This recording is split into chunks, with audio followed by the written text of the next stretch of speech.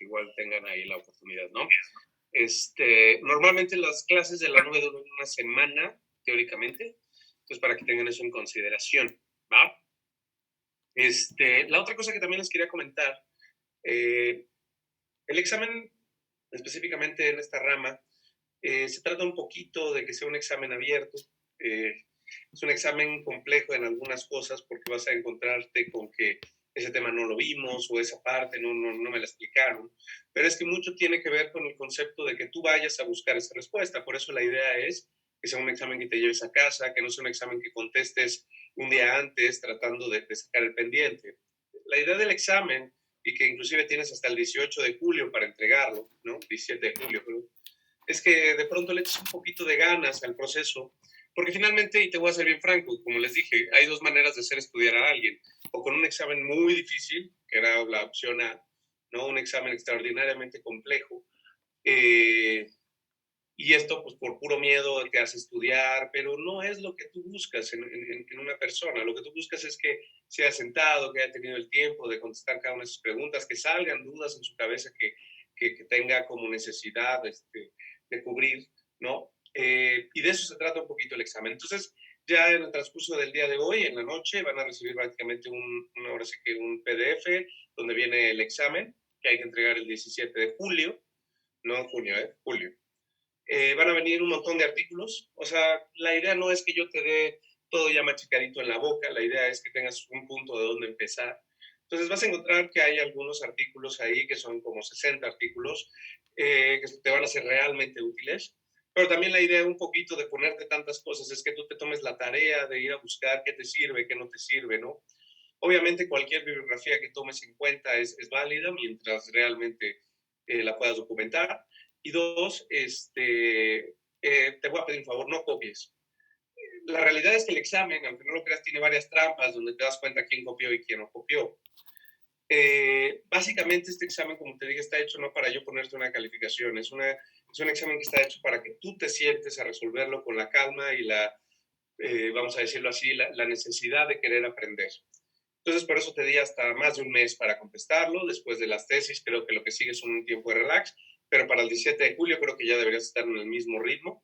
Entonces, por eso me tomé la libertad de pues hacer este tipo de exámenes. Creo que, la verdad, las generaciones pasadas, algunos entienden muy bien el concepto, algunos definitivamente no tuvieron ni idea de lo que yo estaba buscando.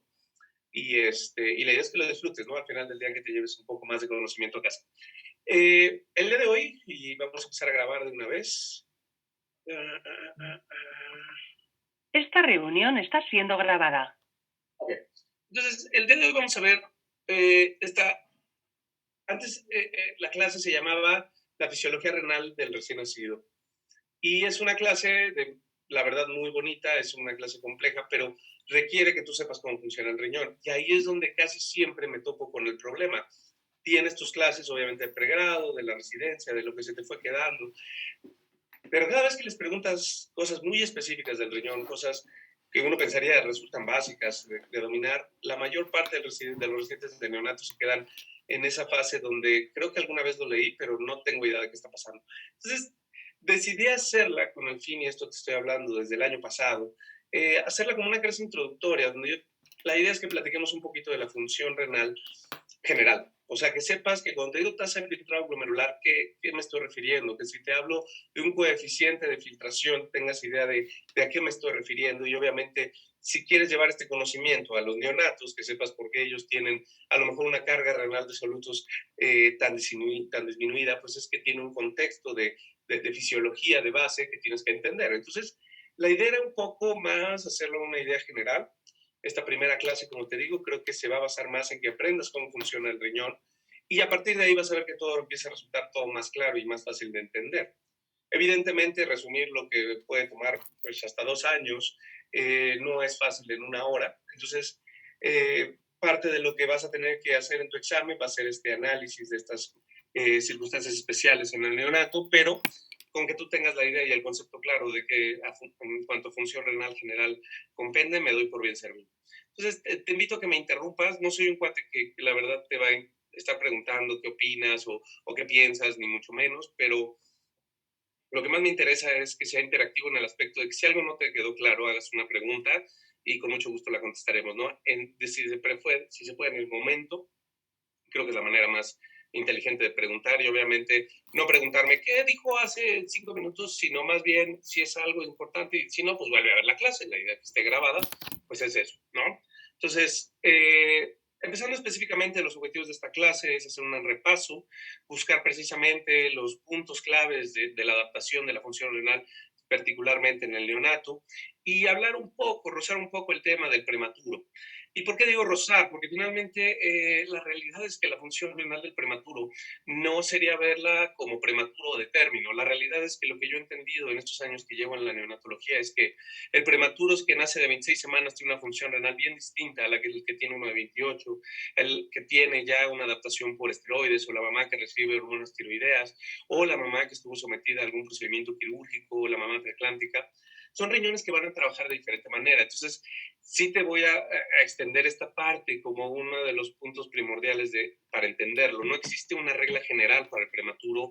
Hablar de prematurez significa hablar de diferentes formas de expresión de una misma circunstancia en diferentes edades y que finalmente es algo dinámico. Esto es, no se queda estacionada en eso como en la forma en la que nació, sino que es algo que va desarrollándose. Entonces, si entiendes ese primer preámbulo de lo que es el prematuro, vas a entender por qué a veces las reglas no se cumplen como dice en el libro.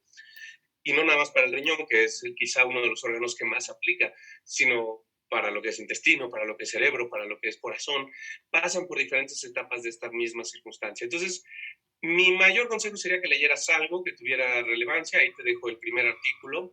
Es del Neo Reviews, que me parece que es un compendio básico y a la vez útil para precisamente todo lo que vamos a hablar en esta clase te sea más relevante, te sea más objetivo. ¿Va? La típica pregunta de examen, ¿no? Es prácticamente de dónde viene el riñón, ¿no? Y el pronefros, que es básicamente la forma inicial, el primordio, que va a suceder en las primeras 2, 3, 4 semanas, que van a ser estas células que van a comenzar a desarrollar todo lo que es la función de una filtración, por donde básicamente todavía no hay vasos, sino que más bien van adaptándose, y estamos hablando en medida de un feto de 3 semanas, a una función. Para lo que es la cuarta, sexta semana, básicamente aparece lo que sería el segundo primordio del riñón, que ya se hace un poco más hacia arriba, y estoy hablando hacia arriba viendo al feto así, pero realmente es un movimiento de células que empiezan a migrar hacia un lugar que va a ser muy importante para la octava, novena semana. El mesonefros es también un tejido degenerable que ya empieza a filtrar, que ya tiene capacidad inclusive para regular el pH hasta cierto punto, ahora sí que promoviendo a que haya una menor cantidad de hidrogeniones libres, y esta parece ser su función verdadera. Y ya para lo que es la octava, novena semana, que este sí va a ser el primordio verdadero de lo que es tu riñón actual, básicamente vas a empezar con el metanefros, que es una célula ya mucho más especializada, que ya empieza a vascularizarse. Se estima, y estoy hablando específicamente como dato, que tú empiezas a orinar entre la semana 7 y la semana 10. Y realmente, aunque no es una orina concentrada, ni limpia, ni de purezas, es una orina que ya habla de una filtración a nivel vascular. Entonces, el metanefros es el básicamente que proviene del mesodermo, va a ser la estructura que le va a dar lugar a que se forme el riñón. Ahora, esta forma en la que se va a desarrollar va a permitir que una parte que viene del mesodermo, que es precisamente lo que es el blastema metanéfrico o lo que es el metanefros, se va a ir interiorizando sobre una superficie que llamaremos yema ureteral, que tiene que ver con el ectodermo. Entonces, básicamente ahora sí que placas se van a empezar a unir, en la cual el mesodermo empieza a abrazar al ectodermo. En este caso la yema ureteral sería este ectodermo que está empezando a desarrollarse. Por lo tanto, la vía urinaria viene de un sitio y lo que es el riñón viene de otro sitio, que al final termina fusionándose para solo formar una estructura continua. Por eso es que es mucho más frecuente que haya problemas a nivel ectodérmico. Hablamos de problemas del tubo neural, hablamos de problemas en el ectodermo que en el mesodermo. Pero finalmente, en el contexto de lo que es, vamos a llamarle displasia, esto es algo que importa muchísimo, este proceso. Se tiene entendido que una de las causas de displasia renal, sobre todo la displasia renal notiquista, tiene que ver con esa mala fusión, esa mala interacción entre factores de crecimiento, que básicamente va a promover a que la yema ureteral siga creciendo y el blastema metanéfrico no se forme de manera adecuada, lo cual va a dar un tejido displásico. Entonces, Eso es quizá lo relevante en cuanto a lo que es embriología. Ya sabes de dónde viene una parte, ya sabes de dónde llama la otra, ya sabes cuándo empezamos a orinar. Pero también una cosa que es quizá muy relevante, y estoy hablando específicamente, es que lo tengas, que no nada más es una cosa encima de la otra. Finalmente, los tejidos se vuelven más especializados. En el caso muy particular de lo que es el riñón, empieza a verse una diferenciación córtico-medular, y te estoy hablando aproximadamente entre la semana 16, 24, dependiendo del autor que leas, y también tenemos que estar viendo la producción de orina. De hecho, un oligohidramios que se manifiesta en las primeras 24 semanas muy probablemente tenga el contexto de un problema renal. Ya es ahí donde entra otro poquito el saber cuál es la fisiología ahora sí que del embrión, ¿no? Y del feto. Eh, Son muchos los factores, y de hecho cuando tú lees cualquier artículo de displasia renal multiquística, de reflujo, de doble sistema ureteral, de prácticamente cualquier malformación de la vía urinaria, vas a empezar a escuchar todos estos pequeños genes que te pongo en pantalla. No es la idea que te los aprendas, pero la interacción, sobre todo con el gen PAX2, es una de las cosas que ha traído como mucho a flote el que si no se expresa de manera adecuada, hay malformaciones de la vía urinaria, hay displasia renal. Entonces, nada más quiero que lo tengas en cuenta, no es algo que quiero que te aprendas. Ahora, la otra cosa dentro de la embriología que puede fallar y que quizás sea relevante para algunas enfermedades congénitas muy específicas, dícese cualquier forma ahora sí que las tubulopatías congénitas. Básicamente es como estos túbulos se van elongando, van desarrollándose, se van especializando. Una de las cosas que llama mucho la atención, y te estoy hablando ya cuando lo ves quizá un poco más especializado el proceso, es que finalmente cada célula surge del mismo lugar y va a ir especializándose en diferentes cosas conforme va avanzando. Entonces, esto llama mucho la atención de cómo un primordio, y cómo ese primordio, si tú al manipularlo con ciertos efectos, por ejemplo los IECAS, como por ejemplo algunos, por ejemplo el ácido valproico, otro que se ha relacionado mucho y que fue quizá antes más usado era la fenitoína, eran sustancias que modificaban la forma en la que esta estructuración de las células se daba. Entonces eran niños que nacían no con riñones malformados, sino con riñones que perdían mucho sodio, con riñones que tenían problemas de acidosis metabólica. Entonces, este proceso de arborización que se va a dar también es parte del proceso de la embriología. Como tú vas a ver, también esta parte postnatal que se da como maduración es algo que también interviene mucho en el funcionamiento, pero no lo ves tan simple como que una cosa se mete en otra, sino en la interacción de muchos factores y en la elongación tisular que se da. Hablando ya específicamente de lo que es fisiología, quiero que quede muy claro cómo es que funciona el riñón. Entonces, aunque parece algo obvio, vamos a empezar desde lo básico en esta fase rápida de introducción para que te quede claro cuando hablo de un proceso o cuando hablo de otro. La excreción urinaria o la cantidad de orina que tú tienes se da por la filtración glomerular, que básicamente es la principal forma en la que nosotros vamos a excretar sustancias del suero. Y en un primer proceso, que puede ser inclusive del mismo túbulo varias veces redundante, viene lo que es la reabsorción, posteriormente la secreción. Un ejemplo muy clásico de esto es el ácido úrico. El ácido úrico es una sustancia que, como bien dice su nombre, es una sustancia ácida. El pK, que es básicamente en el pH en el cual se encuentra disociado a la mitad y mitad en su forma soluble y no soluble, el pK es más o menos de 5, 5.5. Entonces, en el túbulo proximal hay aproximadamente dos espacios donde se lleva a cabo la reabsorción de ácido úrico, la secreción de ácido úrico y la nueva reabsorción de ácido úrico, para finalizar con un proceso de 3 puntos donde se secreta de nuevo el ácido úrico. Por eso un paciente con deshidratación le sube tanto el ácido úrico, porque es un agente osmolar muy intenso, pero además cuando tú rellenas la capacidad del riñón y tiene que excretar otras sustancias como la urea, prefiere reabsorber el ácido úrico que tiene una carga para excretar otras de la misma carga. Entonces, el proceso de reabsorción y secreción de sustancias ya es algo muy específico, pero finalmente debes de saber que toda sustancia, si no es que pues prácticamente toda sustancia que se filtra, va a pasar en algún momento por algún tipo de esta forma de reabsorción o de secreción, incluyendo medicamentos. Por eso es que muchos medicamentos se consideran nefrotóxicos. Entonces, saber que estos procesos son clave en la formación de la orina es el primer punto. Ahora, cuando hablamos de filtración glomerular, tendríamos que hablar de lo que es la membrana capilar glomerular.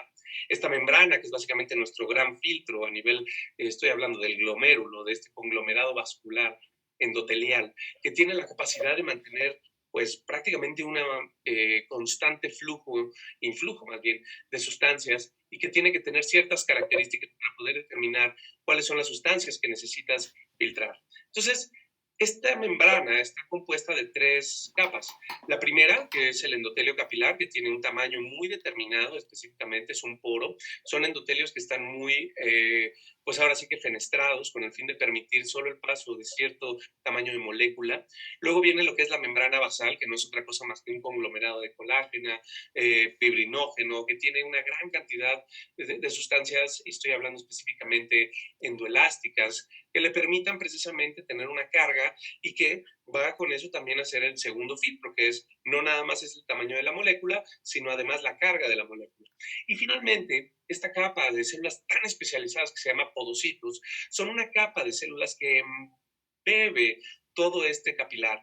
Y hablando de estos podocitos, sin ser muy específico, los podocitos tienen la capacidad que tiene una neurona para poder estimularse entre ellos, esto es conducción nerviosa, tienen la capacidad para metabolizar sustancias como el hígado, tienen la capacidad de contraerse como el músculo liso, son células extraordinariamente especializadas, además de regular el ambiente osmótico en el que viven y sobre todo promover la excreción o la filtración adicional. Son cosas que finalmente nos hablan de que es una célula muy inteligente hasta cierto punto. Digo inteligente no como que tenga una capacidad de pensar, sino una célula inteligente porque se adapta al medio mediante una capacidad muy, muy desarrollada a nivel de evolución. Entonces, finalmente este podocito, y muchas veces no lo imaginamos, visto desde una eh, microfotografía, vamos a ver que está aquí lo que es, y aquí lo ven en esta fotografía, el tamaño del eritrocito tan grande que tiene. Por eso, el ver eritrocitos en la orina nos habla de que esa barrera se rompió, y por eso la hematuria glomerular casi siempre nos habla de una inflamación muy intensa, porque si te fijas, la fenestración que tiene a nivel endotelial es extraordinariamente pequeña en comparación de un eritrocito.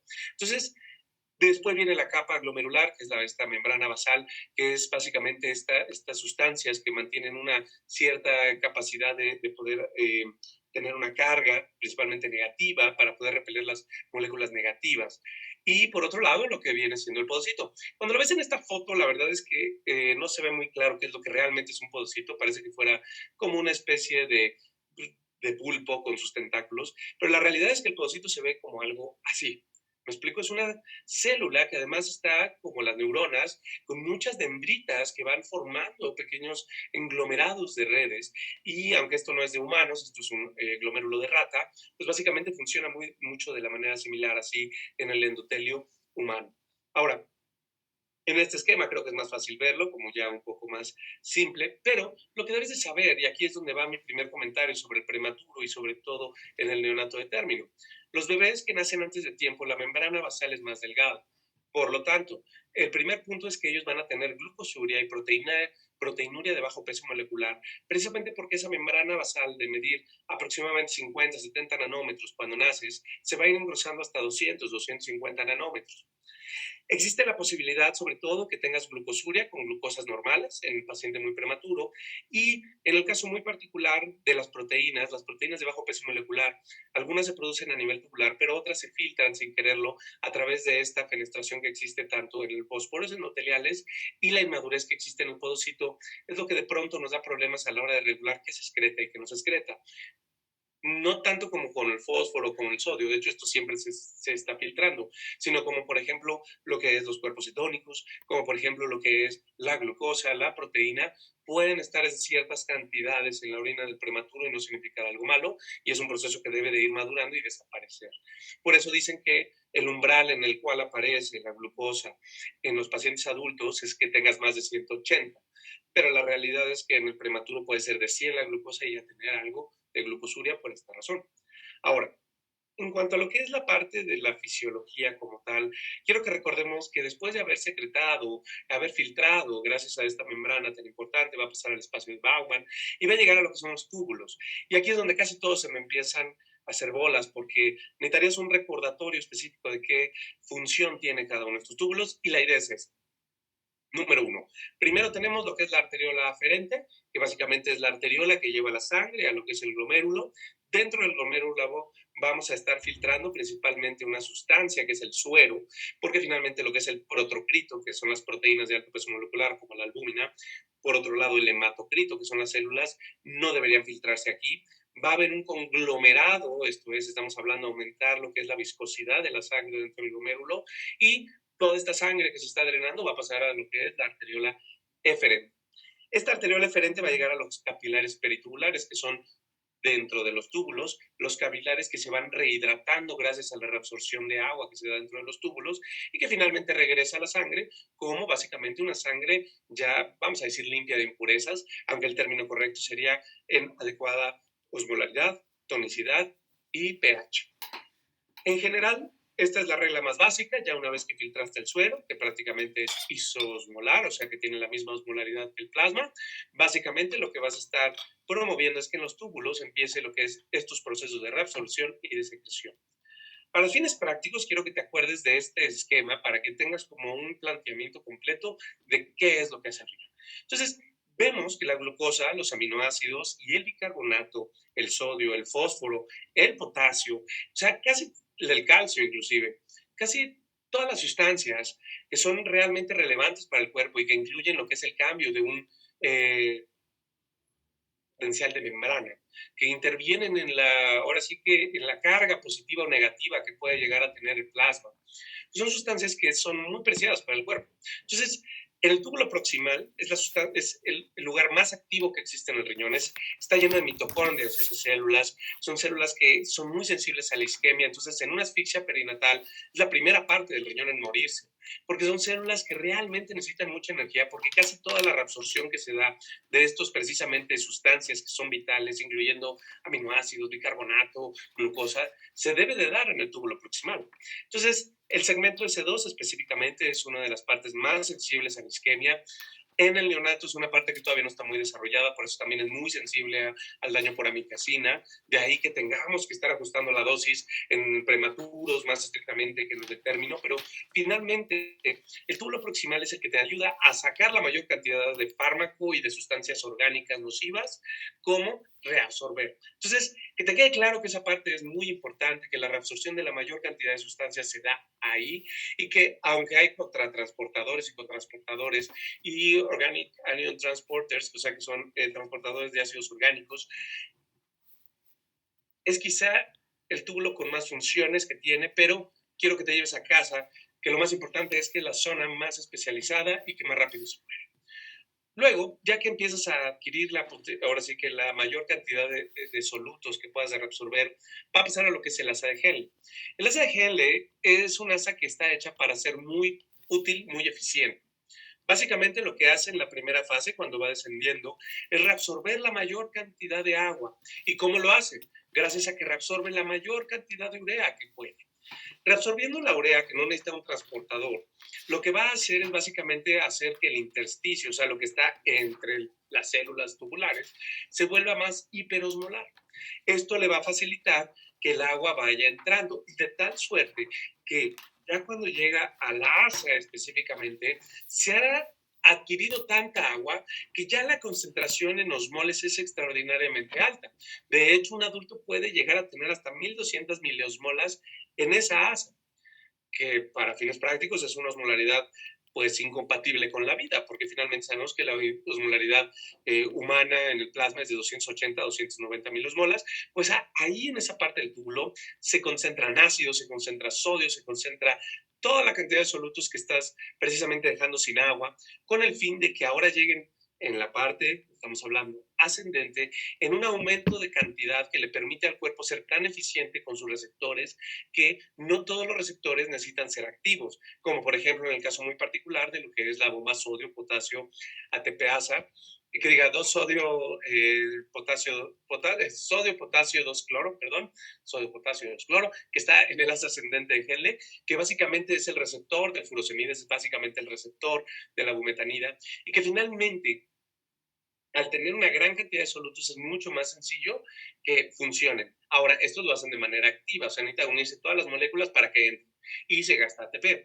Pero con el paso de estas moléculas activas también hay un paso pasivo de moléculas. Por ejemplo, el calcio, el magnesio, el manganeso, el fósforo, tienen un paso en este punto muy importante que puede ser pasivo. Entonces, cuando tú alteras la capacidad del intersticio, por ejemplo, con un diurético de asa, lo que estás promoviendo es que no sea tan eficiente el mecanismo y entonces empieza a tirar sodio, empieza a tirar potasio, empieza a tirar cloro, empieza a tirar calcio, ¿de acuerdo? Entonces, ese es quizá lo más importante a nivel de lo que es concentración urinaria.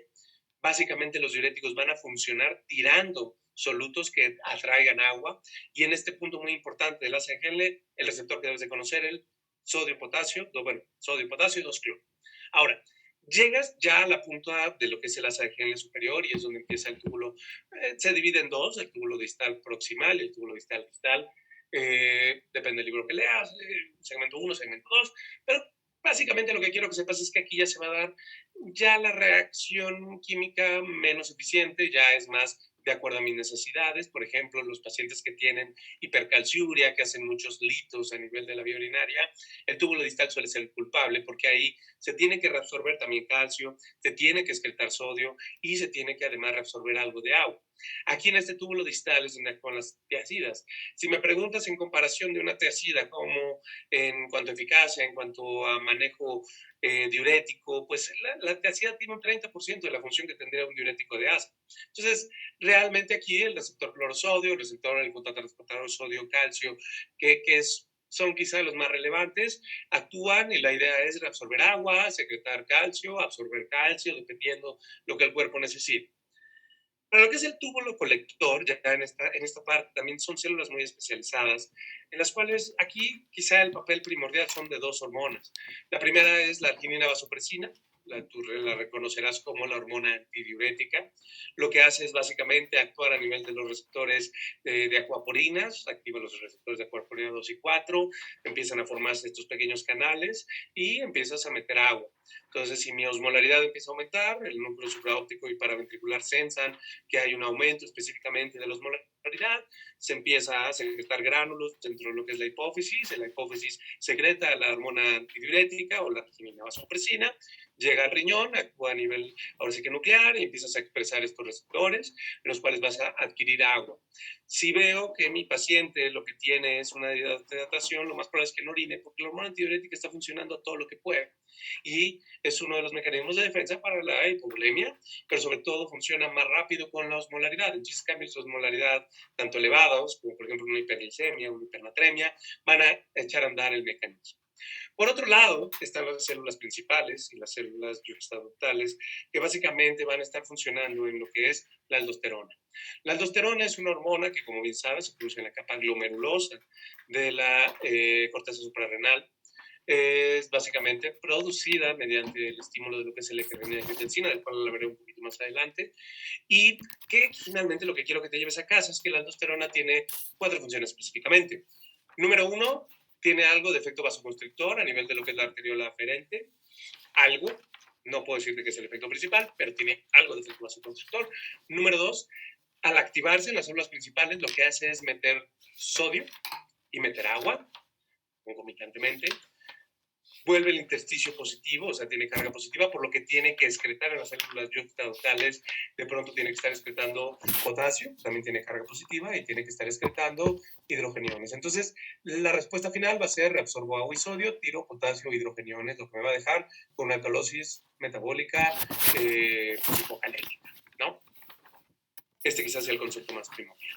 Entonces, ya este fue un preámbulo grande, quiero que recuerdes para qué sirve el túbulo proximal, y aunque soy redundante es porque quiero que te quede muy claro el concepto, es para reabsorber principalmente glucosa, aminoácidos, solutos orgánicos, que sirve para excretar también medicamentos, que sirve para excretar también sustancias como el ácido úrico, y que finalmente son parte vital de lo que es el primer paso dentro de lo que es la función renal. El ver una disfunción a este nivel te permite saber que hubo un daño isquémico, porque es muy sensible a la isquémica, es muy sensible a la nefrotoxicidad de medicamentos. Básicamente funciona intercambiando iones mediante las bombas potasio ATPasa, y esto le permite mantener un gradiente activo de interiorizar estos solutos, pero requiere energéticamente mucho. ¿De acuerdo? El siguiente paso, como te expliqué, es la regulación del pH, que se va a dar principalmente tanto en el túbulo distal, en el túbulo colector mediante la aldosterona, pero principalmente en un estado más idóneo, la forma en la que trabaja realmente tu riñón para pues tratar de compensar y cambiar el pH y mantener un equilibrio constante de hidrogeniones álcali, básicamente es gracias a la anhidrasa carbónica, la tipo 4, la que está a nivel luminal, que va a permitir que en el túbulo proximal te esté reabsorbiendo la mayor cantidad de bicarbonato. Entonces, los ácidos tubulares proximales, casi siempre el mecanismo de daño está dado porque no hay anhidrasa carbónica de manera adecuada, por ejemplo la acetazolamida, era un medicamento que funcionaba inhibiendo esta anhidrasa carbónica y excretando bicarbonato. Sabrás por qué se dejó de usar, por las acidosis metabólicas que promovían más problemas en neurodesarrollo que la misma hipertensión endocraniana. Pero para fines prácticos, quiero que recuerdes que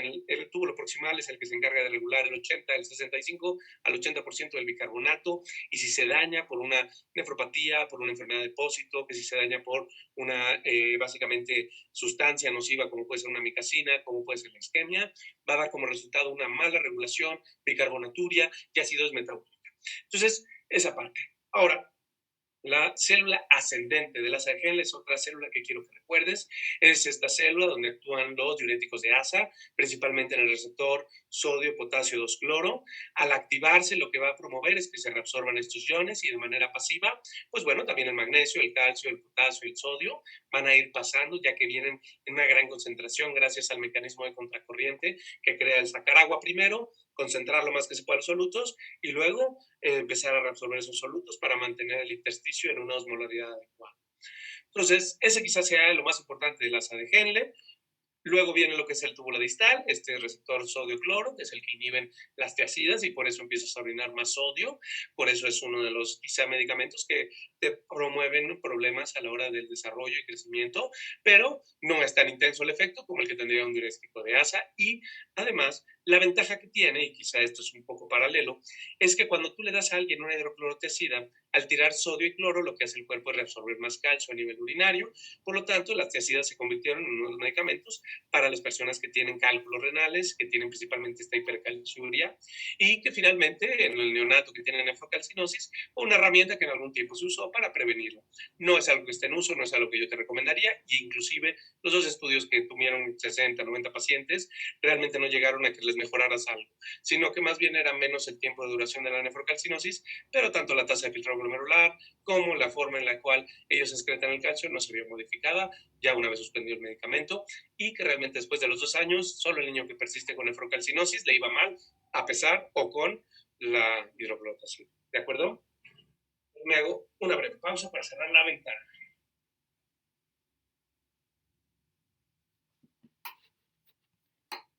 Doctor, yo tengo una pregunta. Dime. Acaba de decir que a nivel de estas células, si se tira sodio y cloro, se reabsorbe más calcio. Entonces, no puede servirle a los pacientes que tienen pues sí, calciuria sí, porque están tirando el calcio. Sí, por la orina. Sí. Okay. No hipercalcemia, sí, aguas ahí. Sí. Hipercalcemia sería furosemide porque lo que quiero es tirar calcio en la orina para quitar el calcio sérico. Pero los pacientes que nada más tienen hipercalciuria, esto es una gran concentración de calcio en la orina, la tiacida suele hacer el efecto de promover la reabsorción más intensa de calcio en este sitio. Okay. ¿De acuerdo? Sí, muchas gracias. ¿Va? Sí. No, ¿de qué? Bueno, entonces, ya para continuar, vamos con lo que es las últimas células de este túbulo, que son las del túbulo colector.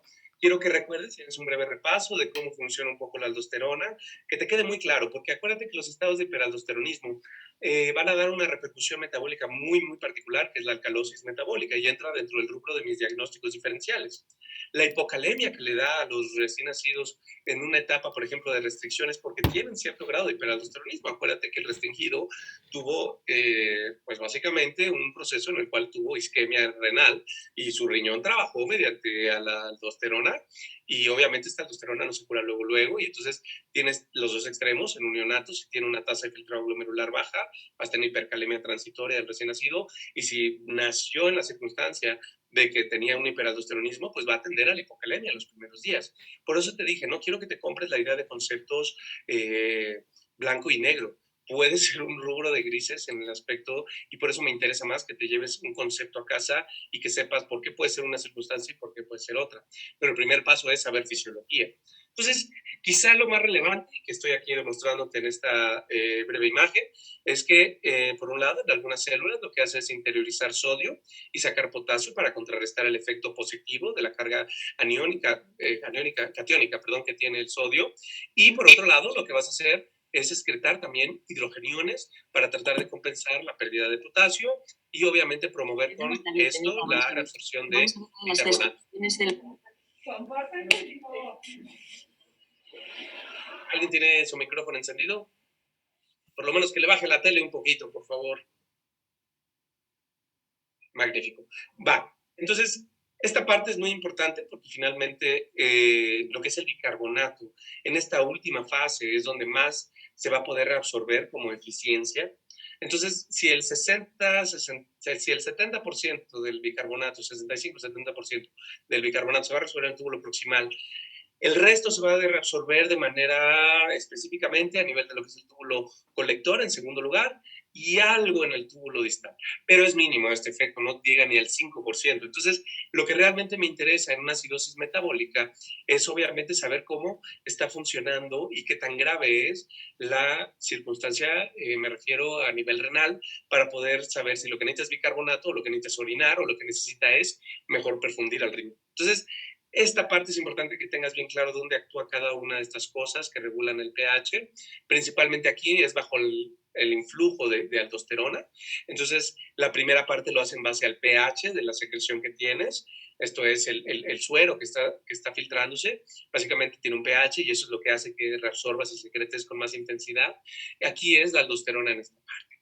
¿De acuerdo? Y vamos a hablar específicamente de qué es útil saber en cuanto a esto que ya aprendimos. Número 1, la producción de orina. Sabemos que la orina, como te dije, se produce a partir de la séptima, octava semana. Sabemos también que un oligohidramnios temprano habla de una malformación renal. Los oligohidramnios después de la semana 29 casi siempre hablan de un trastorno funcional vascular o un problema de restricción de crecimiento tardío. Pero el oligohidramnios que aparece desde la semana 16, 18 y que empieza a hacerse muy notorio a la semana 20, 24, es un oligohidramnios casi siempre que viene de el riñón, de la falta de producción de orina. El volumen mililitro por kilo por hora es algo que se va a ir incrementando conforme vas creciendo. Entonces, de tal suerte que llegamos a ver realmente a veces pacientes que orinan, y estoy hablando específicamente a nivel fetal, de 10 a 12 mililitros por kilo por hora. Cuando tú tienes un riñón dañado, una de las cosas que empiezas a perder, además de la cantidad de orina que produces, es la reabsorción de solutos a nivel tubular. Entonces, cuando tú, por ejemplo, tienes una hidronefrosis, que es prenatal, que sospechas tiene unas valvas uretrales posteriores, que sospechas una displasia bilateral, una de las estrategias que es para poderle dar un pronóstico a los padres es tomar líquido amniótico y ver si ese líquido amniótico tiene una concentración de sodio muy elevada. Regularmente el líquido amniótico debe ser hipotónico y de hecho la cantidad de sodio no debe superar los 50 miliequivalentes o milimolas por litro. Sin embargo, cuando vemos una gran cantidad de sodio, o inclusive en la orina de las primeras micciones del pequeño, ves una concentración de sodio tan alta, te ha hablado de una falta de función tubular, aunque el paciente esté orinando. Y por otro lado, la osmolaridad que regularmente empieza a incrementarse en el líquido amniótico habla de esta incapacidad del riñón del feto de reabsorber solutos. Entonces, desde ahí tienes ya un indicio de la función renal. Es muy característico en el aspecto de los valores que ya están establecidos, más de 100 milimolas o una osmolaridad mayor de 210, te habla de una circunstancia de alteración renal importante. Ahora, Los cambios que debes de saber, porque son quizá cosas relevantes en cuanto a lo que debes de evaluar en un neonato, pues bueno, esta parte de arriba habla del funcionamiento que tiene. Entonces, el glomérulo al nacimiento mide 110 nanómetros. ¿Y por qué esto es relevante? Porque esto habla de que además de que tienes menos glomérulos en el prematuro, son más pequeños, lo que significa una superficie de intercambio menor. Esto explica por qué además tienen el problema un paciente, entre más prematuro nace, de menos filtración glomerular.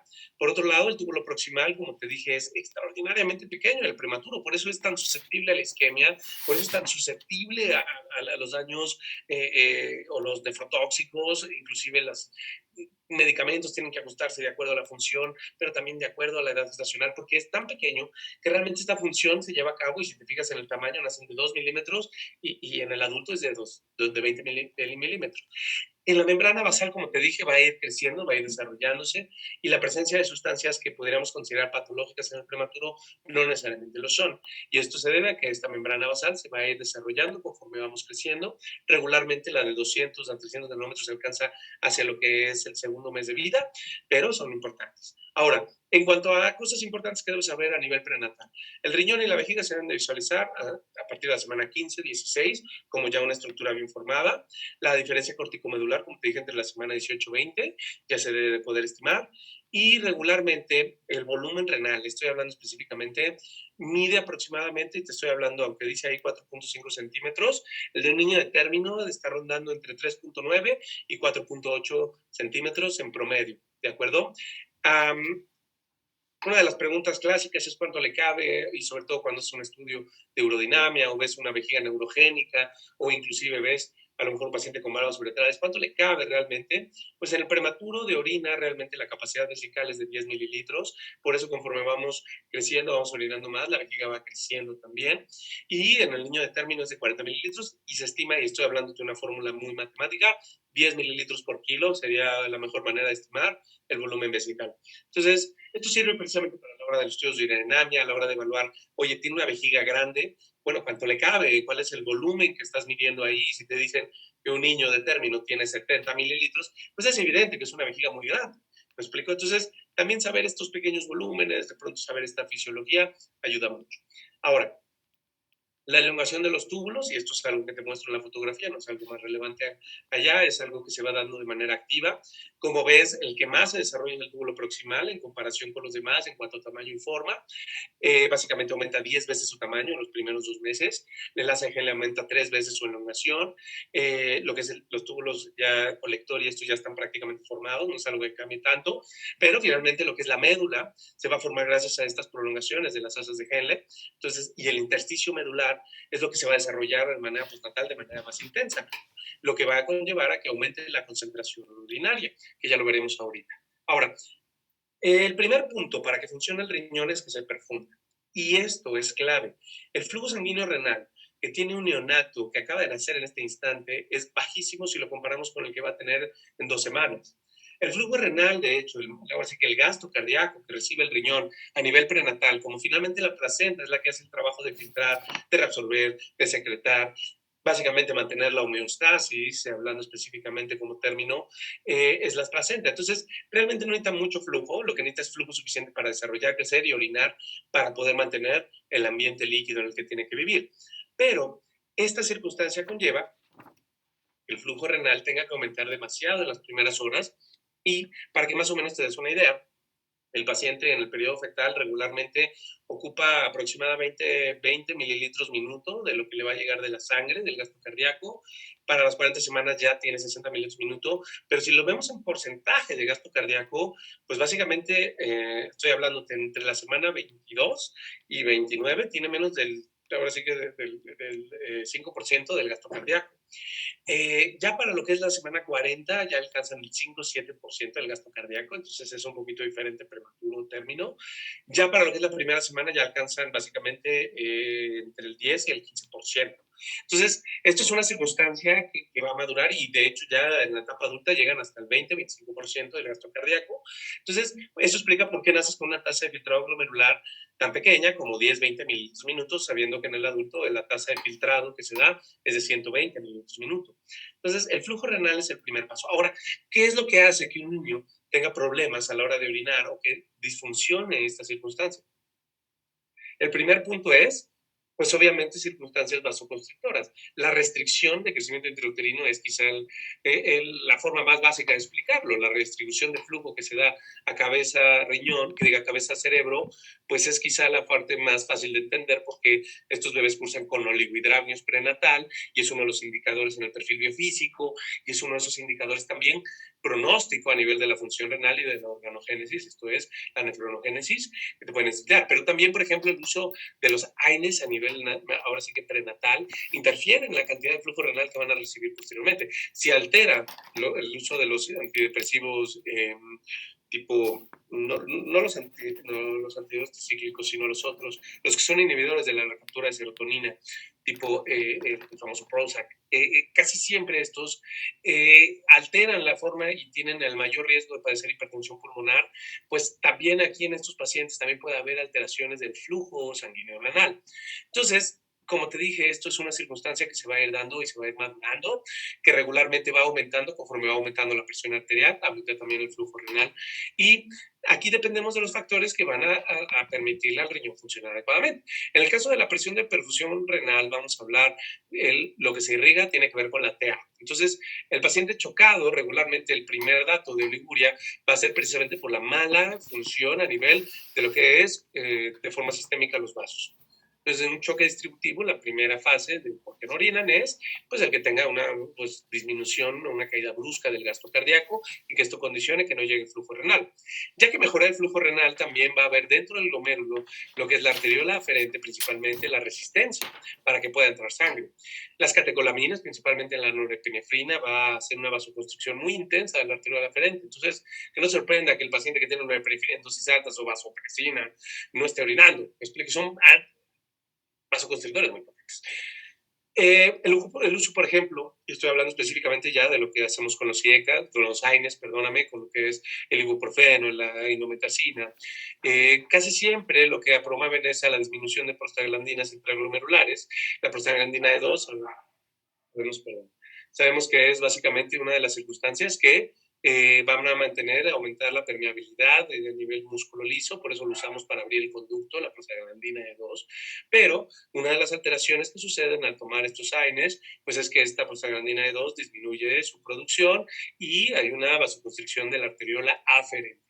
Entonces, también por eso explica cuando les pasamos indometacina, la oliguria y la elevación transitoria de creatinina que se puede ver, y en un paciente que ya tiene problemas de flujo, en un paciente que ya está chocado, en un paciente que ya tiene además una mala perfusión renal, pues ese puede ser el evento isquémico que le da peor en la torre a esto. Entonces, el flujo sanguíneo renal depende de lo que es la parte sistémica, lo que es la presión arterial y la resistencia intravascular renal o lo que es la presión intraglomerular.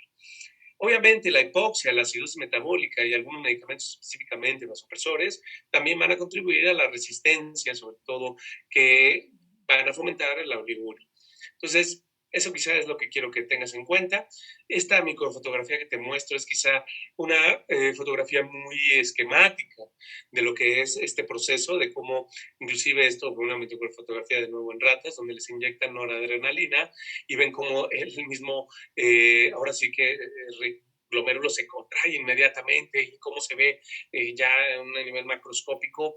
Me parece que es una fotografía muy esquemática de lo que sucede en el niño chocado, en el niño con aminas, en el niño restringido. Creo que ese es el principal mecanismo a nivel de lo que es el flujo renal que se ve alterado, una microfotografía del mismo evento, nada más que ya un poquito más desarrollada. Si te fijas, pones mucha atención a lo que es la arteriola aferente y la aferente, vemos que el grosor cambia sorprendentemente. Entonces, dentro de la fisiopatología ese es el concepto que quiero que te quede claro. Un niño con hipoxia no solamente tiene la TA baja, sino además el flujo renal disminuido, por eso puede no orinar.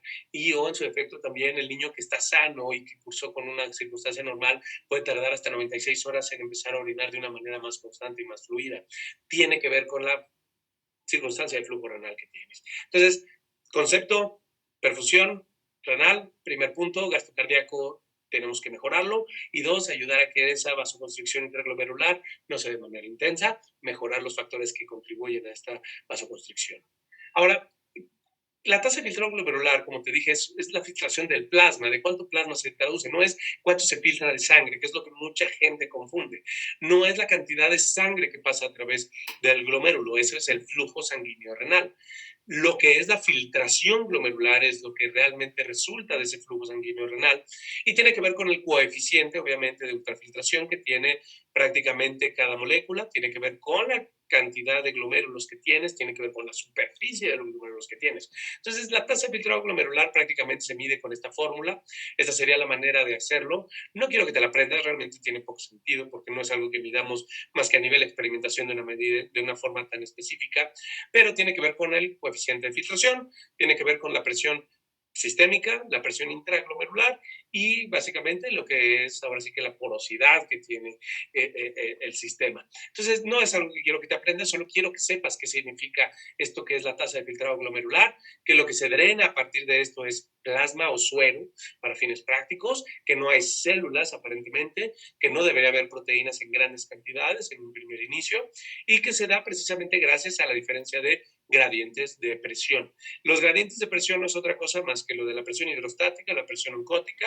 Recordar que entre más flujo hay, más estancado esté ahora sí que el líquido, mayor es la presión hidrostática que tiende a fugar el líquido.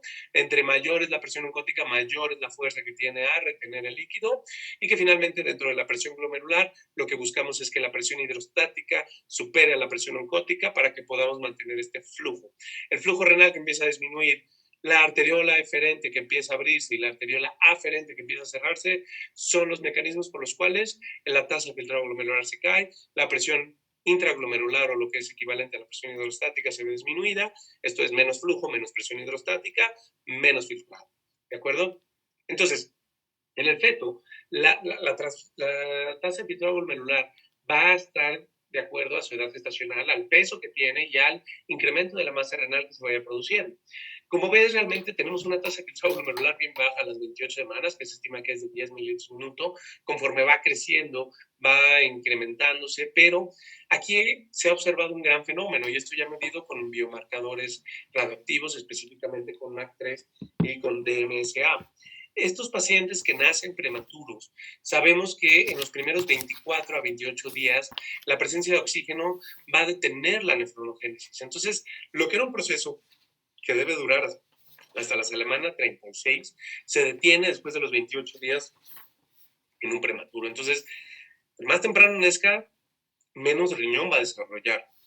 Y es ahorita que estamos aprendiendo que las personas que nacieron prematuras extremas en los años 90, 2000, ahorita tienen problemas donde el riñón tiene una función del 30-40% a los 20, 30 años.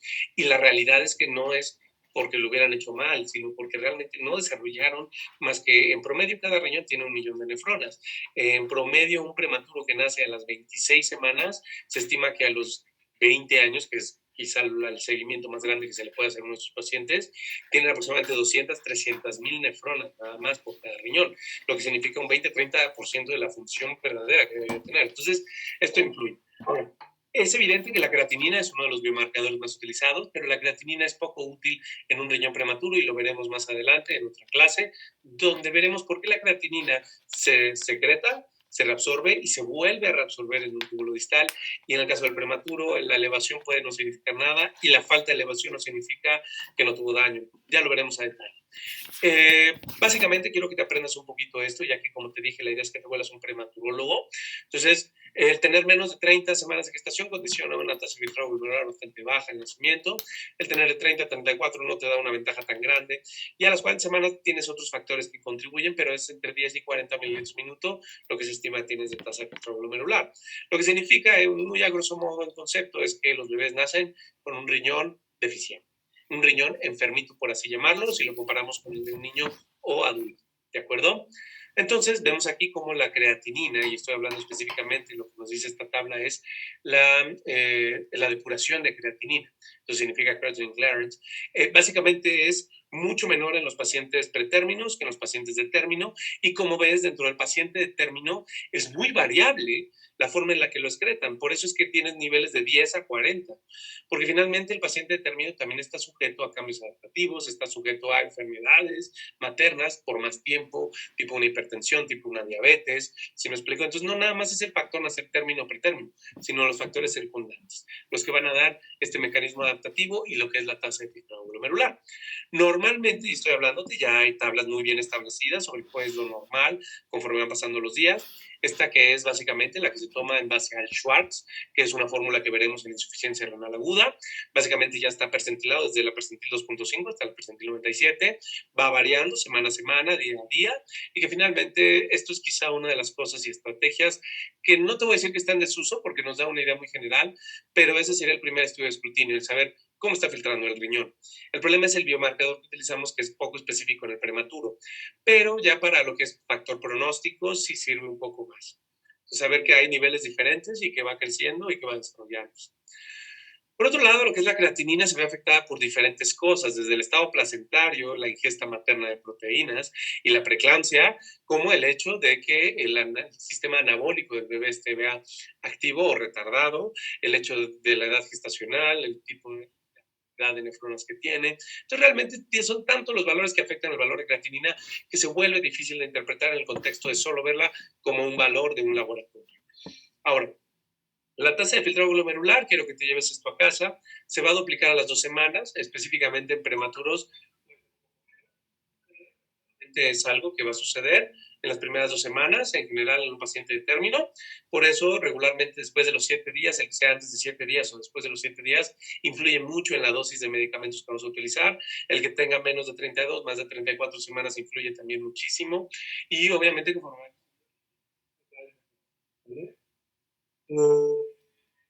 básicamente una de las cosas que tienes que tomar en cuenta es el hecho de que al principio la baja presión intraglomerular, el hecho de que tenga una arteriola aferente cerrada y que básicamente tenga una mala perfusión renal es lo que condiciona que muchos niños con oligohidramios, con problemas de restricción, de preeclampsia, tengan problemas a la hora de orinar y que orinen de manera inconstante.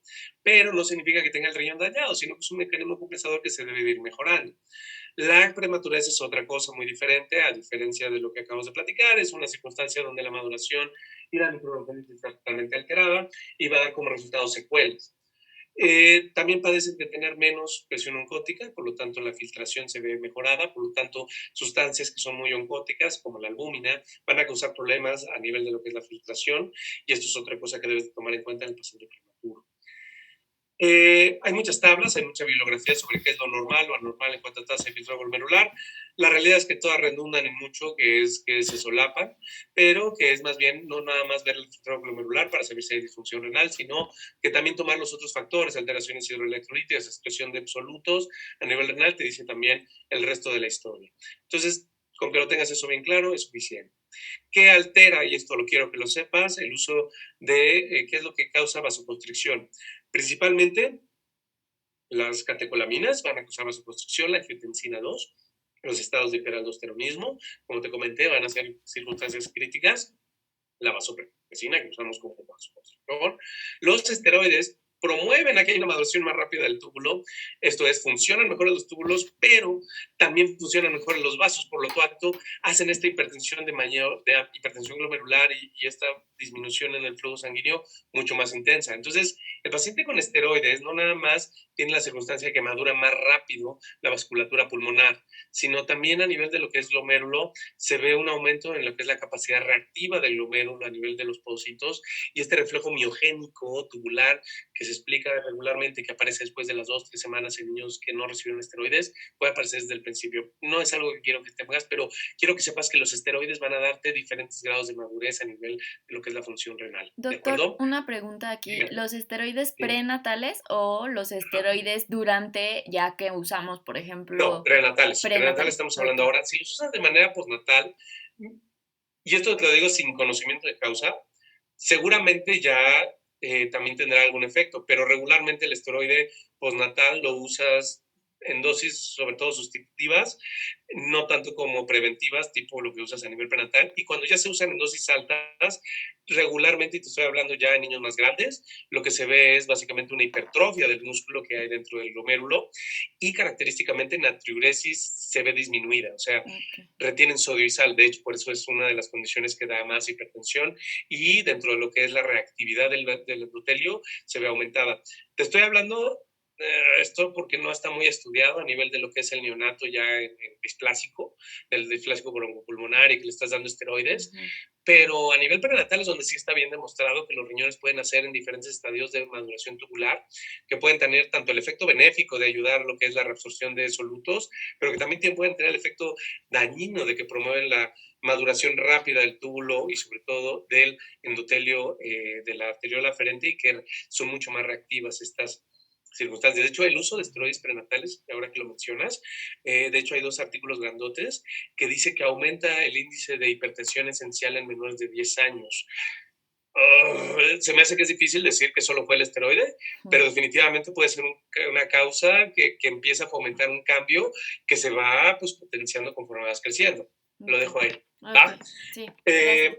Lo que es el bajo peso al nacimiento condiciona menos masa glomerular, lo que es el retraso en el crecimiento uterino, lo que es la deficiencia de vitamina A, la mamá desnutrida también tiene broncas a la hora de lo que es la maduración tubular y obviamente el uso de aminoglucósidos, casi siempre en el contexto específicamente del embarazo, lo que es la ciclosporina, estas mamás trasplantadas o con inmunosupresores, la ciclosporina es un potente vasoconstrictor, el tacrolimus es un potente vasoconstrictor, los esteroides prenatales condicionan esto.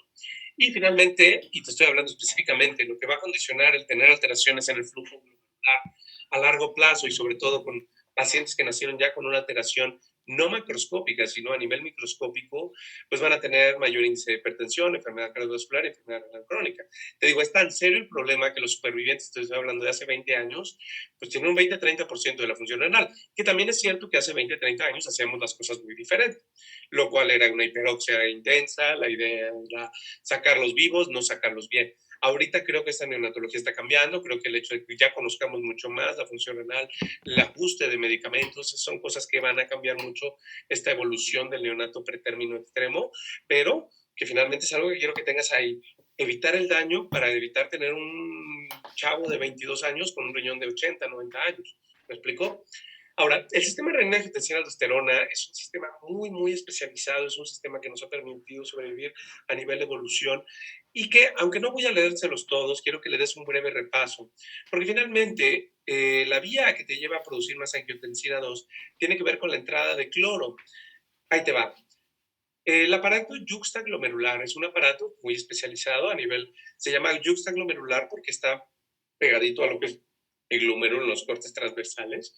Es un aparato que sensa la entrada de cloro. Este entrada de cloro, si llega en algún momento el túbulo distal a empezar a tener problemas con la entrada de cloro, lo que va a producir es la renina. La renina básicamente va a unirse al angiotensinógeno, que se produce principalmente a nivel hepático, y que la angiotensina 1 va a ser prácticamente uno de los factores proinflamatorios más intensos que hay, por lo menos en cuanto a que lo ponemos puro y promueve inflamación. También tiene un efecto vasoconstrictor. En dosis muy altas tiene un efecto vasodilatador, pero finalmente aumenta la vasoconstricción, va a aumentar lo que es la contractibilidad cardíaca y promueve el crecimiento celular. Ahora, la angiotensina 2 se forma gracias a la enzima convertida a la angiotensina, que básicamente es a nivel pulmonar, donde se lleva a cabo este proceso. Y finalmente, la angiotensina 2, además de que aumenta la producción de óxido nítrico por un lado, también es un vasoconstrictor interesante, porque es muy selectivo en donde hace estos efectos. Y finalmente, ya lo que es la angiotensina 2 va a ser la que va a producir que la capa glomerulosa empiece la excreción de aldosterona. Entonces, las circunstancias como hipovolemia, los cambios de, exacto, de perfusión del riñón, van a ocasionar que el aparato yuxtaglomerular empiece a mandar renina y empieces tú a tener un hiperreninismo. Este hiperreninismo casi nunca lo medimos, pero es una de las causas de hipertensión transitoria en el recién nacido. Pacientes con estos microtrombos en algunos glomérulos y en algunas zonas específicas van a causar que el riñón esté produciendo una gran cantidad de renina, una gran cantidad de angiotensina 1, 2, aldosterona, y van a redundar en hipertensiones que se van manifestando después de la segunda, tercera semana. El uso de catéteres intravasculares ahí tiene su contexto en el cual produce hipertensión, porque precisamente el uso de un catéter arterial regularmente condiciona que haya pequeños trombos que se vayan migrando, y aunque no vemos un daño isquémico grande, pues estas células están funcionando con escaso flujo y por eso están produciendo constantemente renina. Entonces, eso quizás sea la forma más específica de enseñarles esto. Los niños, y estoy hablando específicamente, entre menos edad tienen, es inversamente proporcional, esto es entre la edad, o sea, vamos, la arenía plasmática es menor entre más edad gestacional. ¿Esto qué significa? Que todos los fetos están cursando con algo de hiperrenismo, por eso el paciente prematuro, regularmente este hiperrenismo también es más llamativo. Aunque los riñones no trabajan de la manera más eficiente, es un hiperrenismo que trata de compensar ese mal flujo renal. Ahora, ¿qué es lo que quiero que sepas? Algunos medicamentos son muy dañinos. Los IECAs en general, lo que es los que inhiben la formación de la enzima convertida a la angiotensina.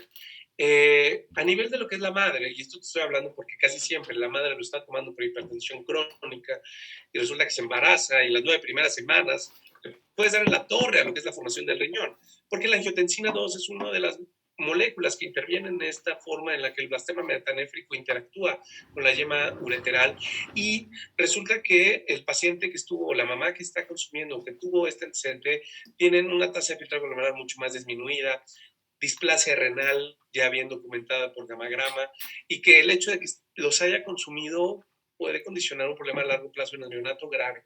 Entonces, es una de las grandes preguntas que debes de hacerle a la mamá que está consumiendo o que tiene el antecedente de hipertensión: ¿qué medicamento está tomando? Los IECAs, los inhibidores de la enzima convertida de angiotensina, y los antagonistas de los receptores angiotensina 2, todos los sartanes, los sartán, telmisartán y demás, pueden ocasionar cambios muy significativos en lo que es el embarazo, pero también a largo plazo. ¿De acuerdo? Un punto muy importante que quisiera hablar, y esto es porque finalmente es quizá la bala de plata del neonatólogo, es la dopamina. La dopamina, ya lo leerás un poco más a detalle conforme vayas trabajando con aminas. Es básicamente mediante los dos receptores que tienen, los D1 y los D2, que básicamente, por un lado, el flujo sanguíneo renal aumenta gracias a los receptores D1 que hay en la arteriola aferente. Digo, tiene muchos efectos a nivel cardíaco y quiero que lo leas muy a detalle. Tiene básicamente, de acuerdo a la dosis, efecto dopa, efecto alfa, efecto beta, pero quiero centrarme en lo que es la función del riñón. Básicamente, estoy hablando específicamente de una dosis que va de 2.5 microgramos kilo minuto a 4. Vas a tener el efecto DOPA. Y los receptores de 1 principalmente aumentan el flujo sanguíneo renal, pero los receptores de 2 aumentan la permeabilidad porque disminuyen la relajación que hay dentro del glomérulo, aumentan la relajación que hay dentro del glomérulo, entonces básicamente empiezan a orinar más gracias a este mecanismo inicialmente.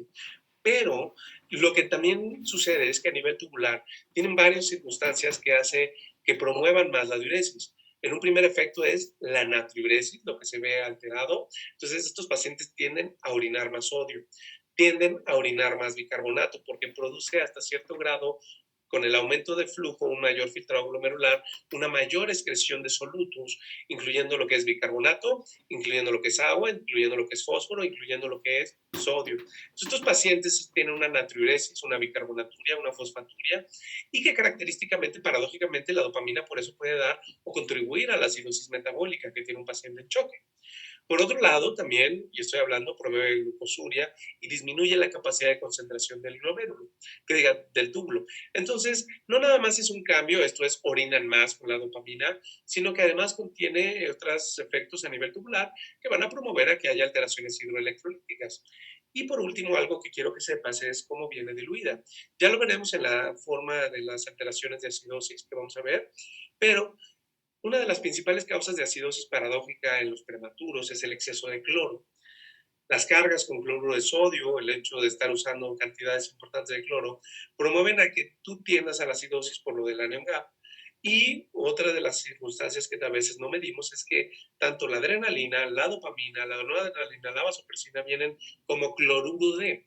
Entonces, no nada más es el aporte que le estás dando al cloro a través de lo que son soluciones, lavados de medicamentos, puestas de catéteres, sino además lo que le estás dando en aminas. Tenlo en cuenta. Por eso yo casi siempre, cuando es un prematuro, diluyo mis aminas en agua bidestilada. No tiene tanto efecto y dos, ya no le aporto más cloro que la solución fisiológica. En cuanto a lo que es la glucosa, a lo mejor una glucosa al 5%, pero nunca uso solución fisiológica en un pretérmino, porque finalmente tienen este mecanismo de que entre más cloro les metes, más acidosis hace. ¿De acuerdo? Bueno, por otro lado, lo que es pues básicamente la función renal, que además de controlar lo que es la entrada y salida de solutos, pues es la regulación de agua. La regulación de agua es la meta primordial del riñón. Finalmente la idea es que se filtre mucho y que se reabsorba casi todo, porque si no estaríamos orinando 120 mililitros por minuto, saca cuentas. Entonces, básicamente, eso es uno de los principales determinantes de que nos van a permitir tanto meter agua al intersticio como los que nos van a permitir sacarlo. Entonces vemos que durante los primeros días, obviamente esta regulación de la tonicidad no es tan eficiente. De hecho, el paciente tiende a perder agua en los primeros días del agua corporal total, principalmente es a expensas de agua extracelular, para que posteriormente vaya guardando el agua conforme los mecanismos de concentración renal y de adquisición de agua en el riñón se van desarrollando. Por lo tanto, lo que vemos, y específicamente estoy hablando específicamente del sodio, perdóname, es que básicamente la mayor parte del sodio se va a reabsorber en el túbulo proximal, el 20-30% en el túbulo, en el asa de Henle, y el 10-15% se va a reabsorber a nivel de lo que es el túbulo distal. ¿De acuerdo? La capacidad de concentración urinaria es la capacidad que tiene el cuerpo para poder concentrar la orina. Si nos vamos a un sentido muy estricto, la idea de concentrar orina es que pierda la menor cantidad de agua, la idea de diluir orina es que pierda la mayor cantidad de agua. Esto es, si yo llego y le paso a mi paciente mucha cantidad de agua en la vena, pues él va a estar orinando como caballo, pero a expensas de diluir lo más que se pueda la orina sin perder solutos. Entonces, esta capacidad de concentración urinaria en el neonato pretérmino está muy disminuida, en el neonato de término en comparación del adulto está disminuida, y más o menos para que te des una idea, y aquí te lo pongo en una pequeña gráfica, lo que vamos haciendo conforme vamos creciendo, te estoy hablando entre los 10-30 días, es ir aumentando la capacidad de concentración osmolar que le puedo dar a la orina. Por ejemplo, si veo la osmolaridad, o ahora sí que la tonicidad, o en su efecto lo que llaman densidad urinaria de un prematuro, la verdad es fútil, porque finalmente el paciente no es capaz de concentrar la orina. Entonces, esté totalmente deshidratado o esté básicamente en una circunstancia de hipernatremia, va a seguir orinando la misma cantidad porque no es capaz de concentrar la orina. Entonces, lo que es la maduración de este proceso se da gracias a que se elonga el asa de Henle, a que el intersticio se vuelve hiperosmolar, y es más, si lo comparamos un niño de término con uno pretérmino, la concentración urinaria máxima que alcanzan, estoy hablando en el niño de término, es de 300-400 miliosmolas. O sea, estamos hablando de 400 de osmolaridad urinaria. Cuando lo comparamos con un niño de término, estos alcanzan entre el 300 y el 400, 450. Y por eso estos bebés, a pesar de todo, siguen orinando, a pesar de que siguen perdiendo líquidos. Y eso es lo que explica muchas deshidrataciones hipernatrémicas. Esto es, le das poco de comer, agua. Es una solución hipotónica. Y además la mamá no le da bien de comer y el niño sigue orinando, porque finalmente es el principal marcador que le decimos, mientras él orina, tú tranquila, difícilmente, ¿no? Sobre todo en los 5 a 7 primeros días, que como ves es cuando empieza a incrementar la capacidad de concentración urinaria. Dos, lo que es la tonicidad, lo que es la densidad urinaria es poco útil, llévatelo como concepto, sobre todo en las 2 a 4 primeras semanas. Y ya a partir de lo que es del décimo al 30º día, vamos a estar desarrollando ya una osmolaridad similar a la que tiene el adulto. Los esteroides prenatales interfieren en esta capacidad, entonces el niño que nace con esteroides o varios esquemas de esteroides orinan con una concentración mucho más desarrollada, pero orinan menos por el flujo sanguíneo renal disminuido. Entonces, una cosa por otra, ¿va? No voy a entrar en una gran cantidad de detalles, pero obviamente saber que el túbulo colector en unas primeras etapas, esto es la hormona antidiurética, aunque la tenemos elevada en las primeras etapas de la vida, no da una secreción inapropiada de hormona antidiurética o un síndrome de hiponatremia porque tenemos pocos receptores. Entonces, en las primeras 2 semanas, casi siempre, esta arginina o vasopresina, aunque está en cantidades elevadas en el cuerpo, no da un funcionamiento tan real. Entonces, por eso en la vida has escuchado una secreción inapropiada en un prematuro, ¿no? Un CIAF, ¿no? Una secreción inapropiada de hormona antidiurética en un prematuro es algo extraordinariamente raro, a excepción de dos circunstancias, que le pongas esteroides en dosis altas o que tengas como tal el uso de indometacina, de ibuprofeno, porque esto acelera la maduración y la producción de acuaporinas. Entonces, el niño que ya recibió manejo con estas cosas es más probable que tenga una secreción inapropiada y aún así sigue siendo algo extraordinario, ¿de acuerdo? Ahora, el balance de agua no me voy a meter mucho, verás que es muy diferente, que es muy variable, que va de acuerdo a las pérdidas insensibles, pero que finalmente la idea es que el riñón empiece a entender qué es lo que necesita para sobrevivir fuera de la panza de mamá. Y lo primero es adaptar la osmolaridad. Y gracias a esto, el receptor principal que nos va a ayudar a reabsorber agua es el de la vasopresina. En el neonato hay menor cantidad de acuaporinas, por eso en esa primera semana se pierde más agua extracelular. Conforme pasa la primera, segunda semana, estos receptores empiezan a adquirir mayor importancia y por eso después de la segunda, tercera semana, ya lo que es la densidad urinaria empieza a ser útil. Ahora, cuando hablamos de las diferencias entre el prematuro y el niño de término, estos serían mis primeros consejos o mis cosas más básicas que quiero que tengas muy claro como diferencia, y con esta precisamente nos vamos a despedir. La primera es que la tasa de filtrado glomerular es más baja, porque tienen menos nefronas, porque son más pequeñas, porque son más reactivas, porque tienen menor presión de perfusión, tienen una presión arterial disminuida, un miocardio más maduro, tienen la capacidad mejor para poder responder a los cambios vasculares, y esto condiciona precisamente pues, problemas más serios, ¿de acuerdo?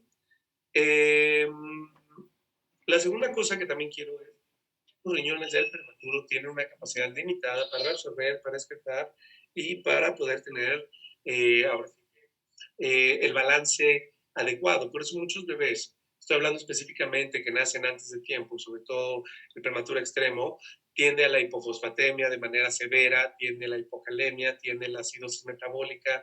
Los japoneses entendieron esto y desde el primer día están poniendo acetato de sodio, acetato de potasio, porque finalmente ellos entendieron que la idea no es meterles cloro, es meterles el sodio para evitar estas pérdidas tan grandes de peso, para evitar estas pérdidas de agua que condicionan cambios volumétricos importantes. Ahora, por otro lado, es que ellos pueden diluir muy bien la orina, pero no la pueden concentrar. Entonces, el paciente deshidratado va a seguir orinando y en los primeros días, independientemente, puede ser un marcador como no de que esté o no hidratado. Entonces, lo que es el tono de la orina, sobre todo la densidad urinaria, que no sea una cosa que tú estés monitorizando, me da risa el neonatólogo que realmente ve que no hay cambios y aún así lo sigue valorando, porque finalmente en el prematuro, sobre todo en el prematuro extremo, no es algo que sirva para nada.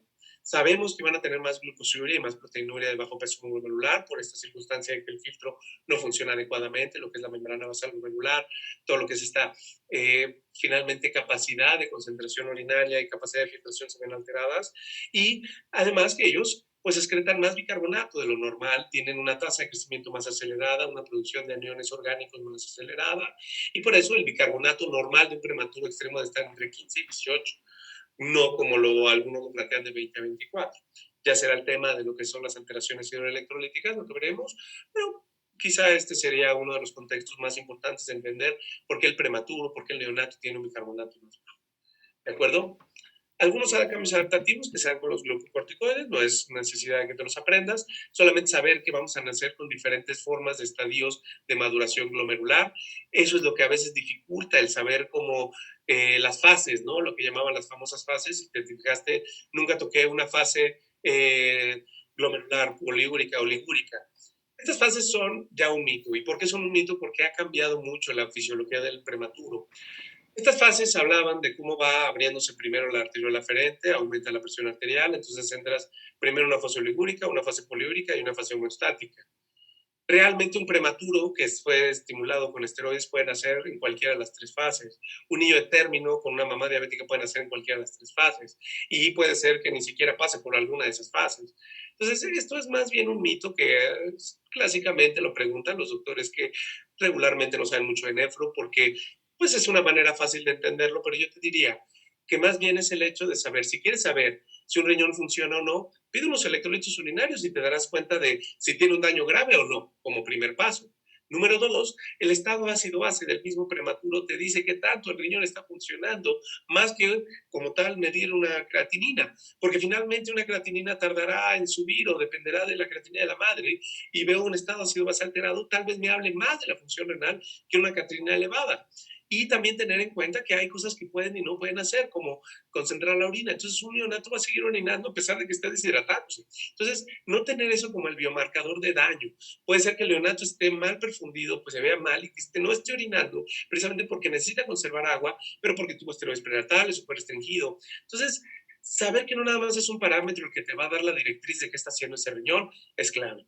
Finalmente, como te digo, y esto estamos hablando en cuanto a conclusiones, el riñón neonatal, cuando lo contemplamos a la luz de lo que es la fisiología de adulto, que es la que más o menos me recuerdas, uno, el flujo renal neonatal es menor. Aunque acabes de nacer y seas un niño de término de 4 kilos, el flujo renal es del 5 al 15% en comparación del 25% que tiene el adulto de gasto cardíaco.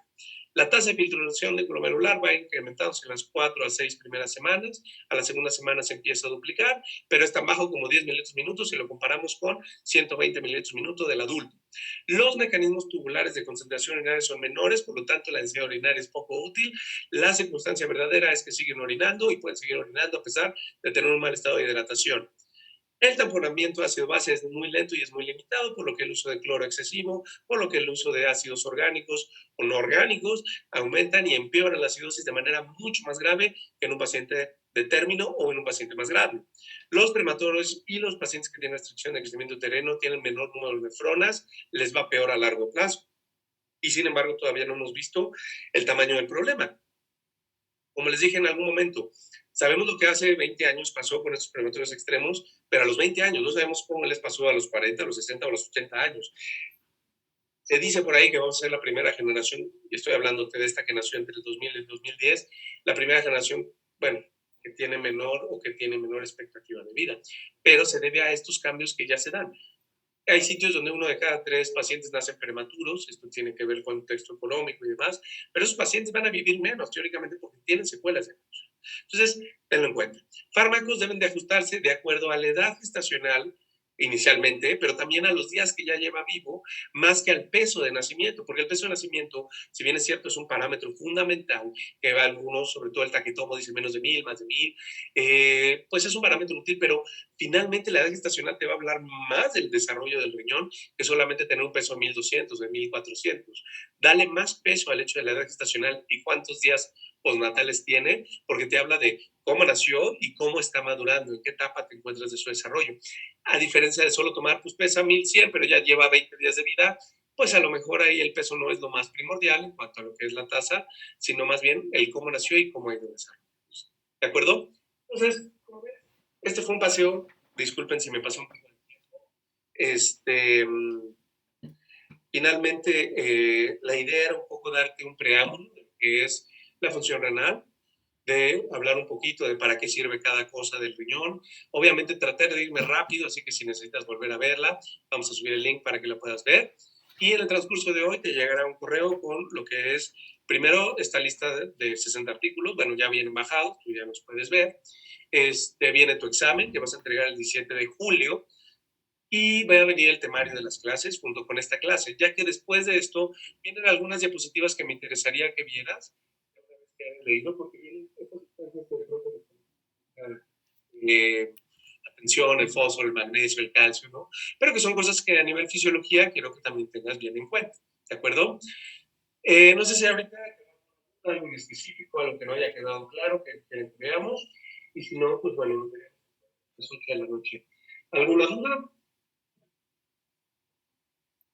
4, 3, 2. Doctor, yo sí tengo una duda. ¿Por qué en Cuéntame. vez de pasar las cargas con solución fisiológica no pasamos las cargas con Ringer lactato? El problema del Ringer lactato es dos cosas. Tiene lactato y por otro lado tiene potasio. Entonces, la realidad es que si a mí me lo preguntas, el Ringer lactato es la terapia primordial para el paciente deshidratado, el niño grande, ¿no? El niño que llega chocado, el niño que tiene deshidratación, ¿no? Que ya no es lactante. Es el principal manejo. Ahora, ahí tienes un hígado ya bien formado. El lactato se convierte en bicarbonato gracias al efecto del hígado, pero tienes ante un prematuro, ante un neonato, que además de que se le van a subir las bilirubinas porque no puedes metabolizarlas, el pasarles lactato condiciona que realmente se convierta en un ácido, gracias a que saturas el ácido pirúvico y se empieza a convertir en ácido láctico. Cuando tienes ahora sí que hígado pues ya más desarrollado, realmente se convierte ese lactato en bicarbonato, y finalmente eso también tiene como ventaja el ringer lactato. Tiene un poco menos de sodio, tiene un poco menos de cloro, y la realidad es que, si bien es cierto, si no hay otra cosa, lo pasaría yo con eso. La indicación sigue siendo continuar de reanimación, y de hecho la misma circunstancia que yo tomaría en cuenta sería el hecho de cómo le funciona el hígado. Si es un prematuro extremo, el lactato, además de que le metes potasio y que la tasa filtral disminuida con la falta de flujo renal y el hecho de que no lo excretan tan bien, sería un problema, ¿no? Entonces, por eso no se pasa con el lactato de inicio, y sin embargo, realmente la hemodinamia es lo que te va a dictar, más que el hecho de tener una acidosis metabólica. Lo que debería preocuparte es que el tema del perfumido de tu paciente, ¿no? Bueno, Te va a dar peor cualquier acidosis, ¿no? Sí, bueno, gracias. Va que va. ¿Alguna otra duda? ¿Algo más que quieran que veamos? Magnífico. Bueno, entonces les mando el link, les mando la presentación esta que acaban de ver, para que si la quieren detallar un poquito. No me interesa si la usan o no la usan, no tengo ningún problema. Solo recuerden que más bien quiero que estudien, quiero que empiecen a empaparse del tema, quiero que salgan un poquito del esquema de, voy a leer la guía, voy a empezar a conocer algo diferente, voy a empezar a capacitarme y a desarrollar habilidades de pensamiento y de logística para poder entender lo que está pasando en mis pacientes, y que obviamente el examen lo disfrutes, lo tengas, lo hagas lentamente, haz una pregunta por día, ve y si te salen dudas empieza a resolverlas. El esquema que te presento es realmente a libre, o sea, tú puedes, es a mano, lo tienes que entregar a mano o escaneado, pero el formato de respuesta es como tú quieras hacerlo, ¿no? He visto respuestas muy, muy, muy originales, y es el calificación, así que si no entras a una clase no te estreses. La verdad, yo estoy más interesado en que aprendas, que te sirva de algo, que estar pasando lista. Entonces, si todo marcha bien, nos vemos el siguiente jueves. Que tengan una hermosa noche. Gracias, doctor. Gracias, doctor.